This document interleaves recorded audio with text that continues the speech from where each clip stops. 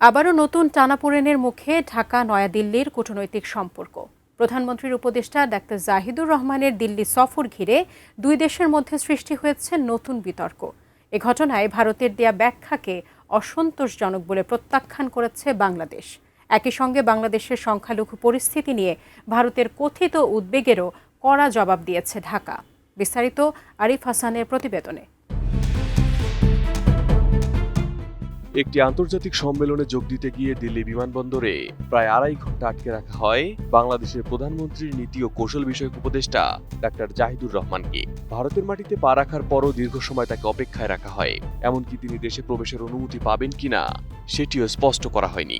শেষ পর্যন্ত এই আচরণের প্রতিবাদে সফর বাতিল করে সেদিনে ঢাকায় ফিরে আসেন তিনি।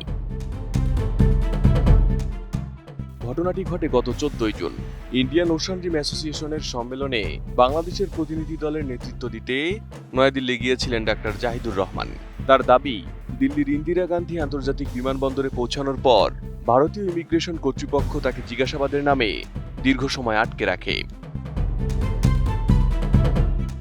সে সময় তার সঙ্গে উপস্থিত ছিলেন দিল্লিতে নিযুক্ত বাংলাদেশের হাইকমিশনার রিয়াজ হামিদুল্লাহ। কিন্তু তার উপস্থিতিতেও পরিস্থিতির কোনো সমাধান হচ্ছিল না। দীর্ঘ সময় পার হওয়ার পরও ভারতীয় কর্তৃপক্ষ স্পষ্ট করে জানাচ্ছিল না তাকে ভারতে প্রবেশের অনুমতি দেওয়া হবে কিনা। নতুন বাংলাদেশ গড়তে এলো জুলফিকার স্টিল। জুলফিকার স্টিল। পরবর্তীতে কূটনৈতিক তৎপরতার মুখে ভারত প্রবেশের অনুমতি দিলেও রাষ্ট্রীয় সম্মান রক্ষার্থে সফর বর্জনের সিদ্ধান্ত নেন ডাক্তার জাহিদুর রহমান। তিনি ওই রাতেই ট্রানজিট ফ্লাইটে কলম্বো হয়ে ঢাকায় ফিরে আসেন।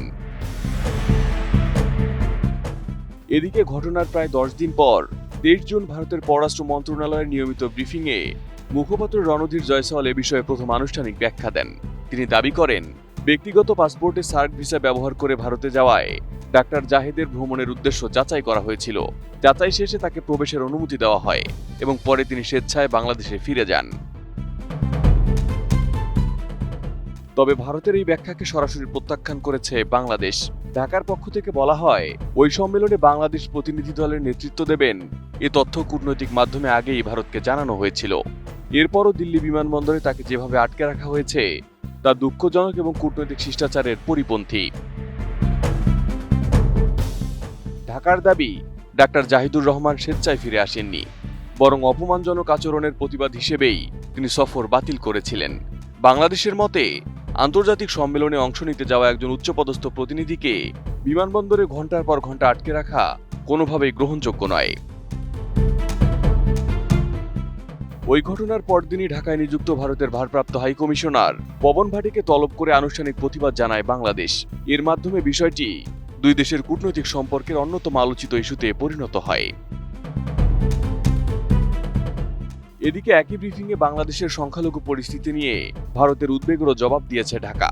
পররাষ্ট্র মন্ত্রণালয়ের ভাষ্য, সংখ্যালঘু ইস্যু সহ দেশের সব নাগরিকের অধিকার ও নিরাপত্তা নিশ্চিত করতে সরকার বদ্ধপরিকর। Arif Hasan, ATN news.